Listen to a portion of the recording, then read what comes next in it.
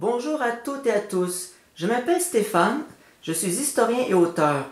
Toutefois, je me passionne sur de multiples sujets autres que l'histoire et l'écriture, comme la place qu'occupe le maquillage dans nos sociétés avec sa magie.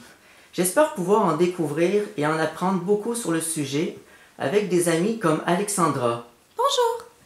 Dans nos tutoriels sur le maquillage, je m'adresse davantage aux femmes, mais les hommes sont tout aussi libres d'essayer les techniques que j'utilise. Bien que je n'ai pas tendance à me maquiller, l'art du maquillage a attiré mon attention. Tout d'abord en raison de mes problèmes de peau.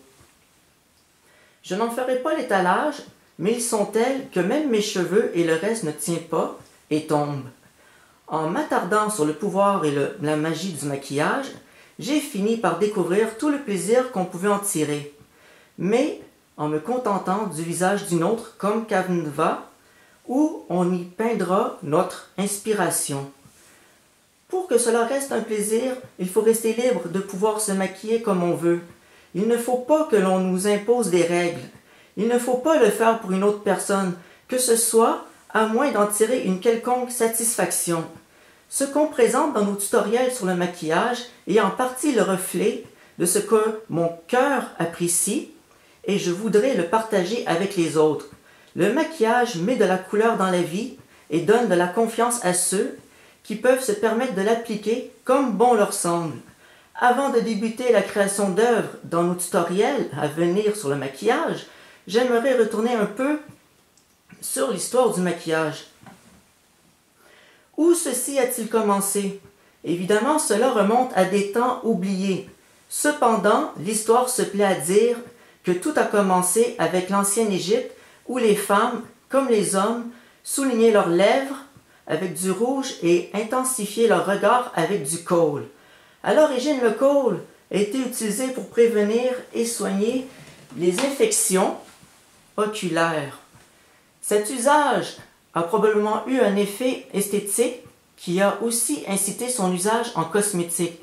L'ennui est que ces cosmétiques étaient généralement toxiques et à base de métaux lourds comme le plomb. En conséquence, la peau finissait par se détériorer et vieillir prématurément. Les échanges commerciaux avec l'Égypte allaient introduire le maquillage en Grèce et à Rome, mais ce ne sera qu'au XIIIe siècle que son usage se fera sentir plus au nord de l'Europe. Évidemment, avec le temps, différentes recettes et méthodes ont été utilisées avant d'obtenir toute la variété que l'on retrouve aujourd'hui et qu'on va se servir dans nos prochains tutoriels sur le maquillage.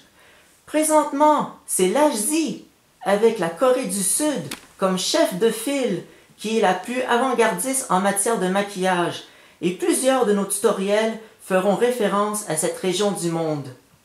Dans cette vidéo d'introduction et d'initiation au maquillage, on a l'opportunité d'avoir Alexandra, avec qui, souhaitons-le, on pourra en faire d'autres et où elle nous fera découvrir ses charmes et tout son talent pour les mettre en valeur à l'aide de techniques et d'outils dévoilant le potentiel du maquillage. Cette délicate jeune femme a un petit côté très doux et naturel avec de beaux traits réguliers. Ce seront des rendez-vous à ne pas manquer. À la prochaine!